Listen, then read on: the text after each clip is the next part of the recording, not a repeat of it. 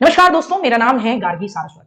जहां आप और हम जाति के नाम पर, धर्म के नाम पर अपने आप को बटा हुआ महसूस करते हैं, वहीं भारत का पहला जाति मुक्त गांव, जिसने खुद से अपने आप को जाति मुक्त घोषित किया है, जिसकी कहानी सुनकर आपको वास्तव में लगेगा कि ये एक आदर्श गांव, एक आदर्श समाज की छवि प्रस्तुत करता है।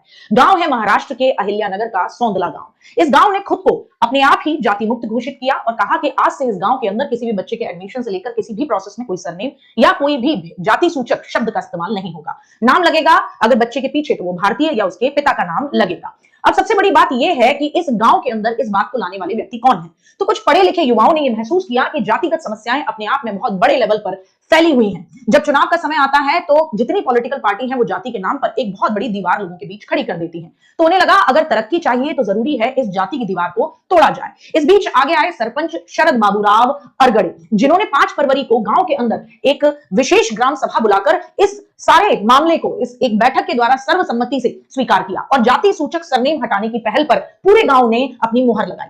अगर इस फैसले को कहा जाए कि क्या यह फैसला केवल ऐसा ही था या बातों में था, तो नहीं। इसका असर जमीनी लेवल पर तब देखने को मिला जब बच्चे स्कूल में जाने लगे और उन्होंने अपने फॉर्म में जाति या सरनेम की जगह केवल पिता का नाम या भारतीय लिखना शुरू किया। अब गांव के अंदर उत्सव में अलग अलग टोलियां नहीं बनती, सब लोग एक ही पंगत में बैठकर साथ में खाना खाते हैं। गांव के मंदिरों और कुओं के अंदर किसी के जाति के आधार पर अलग अलग कुएं नहीं है। यहां तक कि उस जगह के जिलाधिकारी ने भी इस मॉडल को स्वीकार किया है और कहा है कि वास्तव में ये अपने आप में एक आदर्श गांव है। लेकिन समस्या तब आएगी जब हम बात करेंगे आरक्षण की। भारत जैसा देश जिसके अंदर हर जगह राष्ट्रीय स्तर पर हो, चाहे राज्य स्तर पर हो या जिला स्तर पर, आपका पहचान में एक कॉलम दिया जाता है आपकी जाति का, आपके धर्म का। वहां ऐसे में इस गांव के द्वारा की गई ये पहल कितनी प्रॉपर तरीके से वैधानिक तौर पर उचित ठहर पाएगी, ये तो अपने आप में प्रश्न है। लेकिन जब इन गांव वालों से इस बारे में पूछा तो इन्होंने कहा हम जाति को अपने मानसिक तौर पर मुक्त करना चाहते हैं, ताकि चाहे ये कागजों में दिखाई देती रहे लेकिन मानसिक तौर पर कोई भी जाति के आधार पर भेदभाव का शिकार न हो। ये जो सोच है आपको कैसी लगी गांव वालों की जरूर बताइए। और क्या ऐसा आपको नहीं लगता कि आपके एरियाज में भी होना चाहिए, क्योंकि पढ़े लिखे तो